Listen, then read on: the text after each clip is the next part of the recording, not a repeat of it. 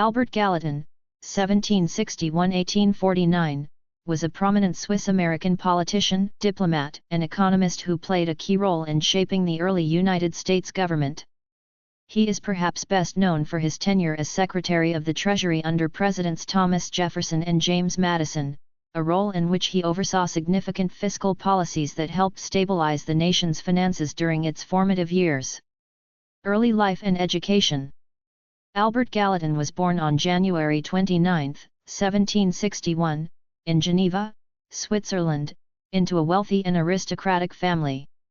His father, Jean Gallatin, was a prosperous merchant, and his mother, Sophie de Montat, came from an influential family. Gallatin was educated in Switzerland and France, where he developed a deep understanding of European politics and economics. In 1780, at the age of 19, Gallatin moved to America, seeking to escape the upheavals of the French Revolution and the political turmoil in Europe. He settled in Pennsylvania, where he enrolled at the University of Pennsylvania. Gallatin was quick to embrace American life, despite not knowing English very well when he first arrived. His early interest in the economy and political life would soon prove influential. Political career. Gallatin's entry into American politics came in 1789, when he was elected to the Pennsylvania legislature. During this time, he also began to focus on economic matters, advocating for the development of infrastructure, particularly roads and canals, as a means of fostering economic growth.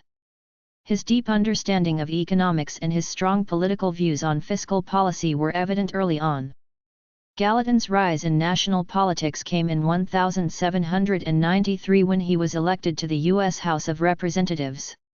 He was an outspoken critic of Alexander Hamilton's financial policies, particularly his vision of a strong central government and a national bank. Gallatin's position was that the country should reduce debt, limit government spending, and pursue more democratic, decentralized policies. His time in Congress was marked by his advocacy for the expansion of the American Republic, especially through territorial acquisition and investment in infrastructure. Gallatin's intellectual prowess and his commitment to the democratic Republican ideals of Thomas Jefferson made him a trusted ally of the Jeffersonian faction in the government.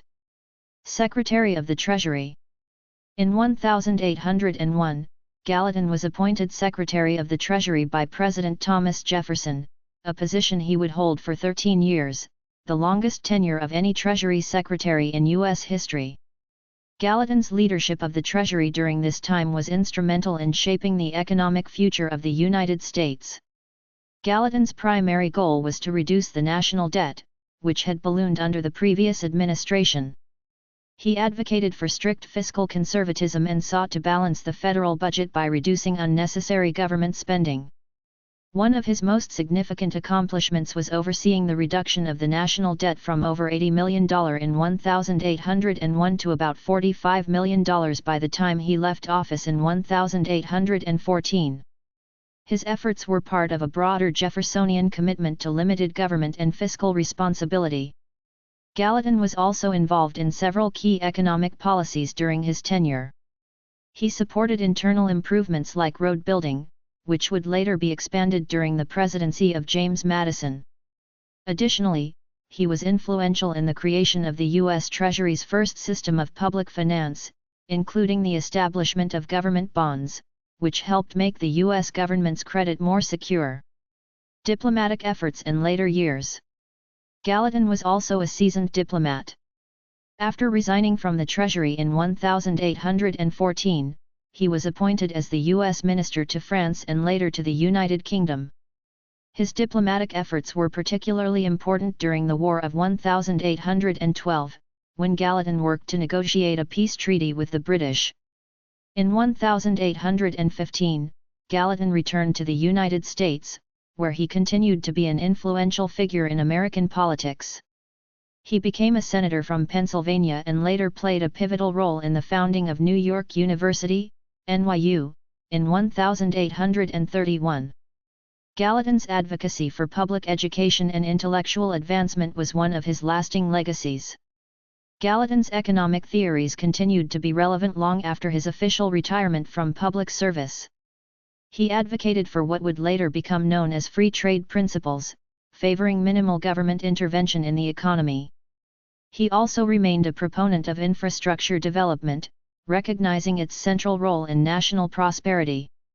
Personal life. Albert Gallatin married Sophie d'Avignon in 1793, and they had 8 children together. His personal life was relatively private, but he was known to be deeply committed to his family and his work. Gallatin was an intellectual, a lover of classical studies, and had a strong interest in both French and American politics.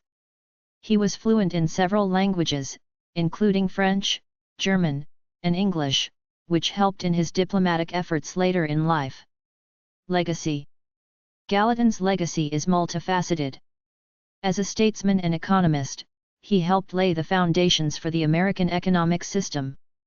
His work on reducing the national debt, establishing financial practices, and supporting infrastructure development were crucial in stabilizing the U.S. government during its early years. He was also an important voice in shaping the policies of the Democratic-Republican Party, advocating for democratic ideals, fiscal responsibility, and economic expansion. Though Gallatin's role as a financial architect of the United States is often overshadowed by figures like Alexander Hamilton, his impact on the nation's economy and governance is undeniable.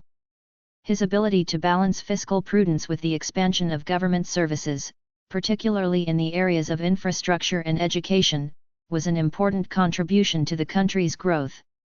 Albert Gallatin died on August 7, 1849, at the age of 88, having witnessed the transformation of the United States from a fledgling republic into a growing world power. His contributions to American governance, particularly his work in the Treasury, continue to be remembered as one of the key influences on early American economic policy. Thank you for watching. Please subscribe our channel.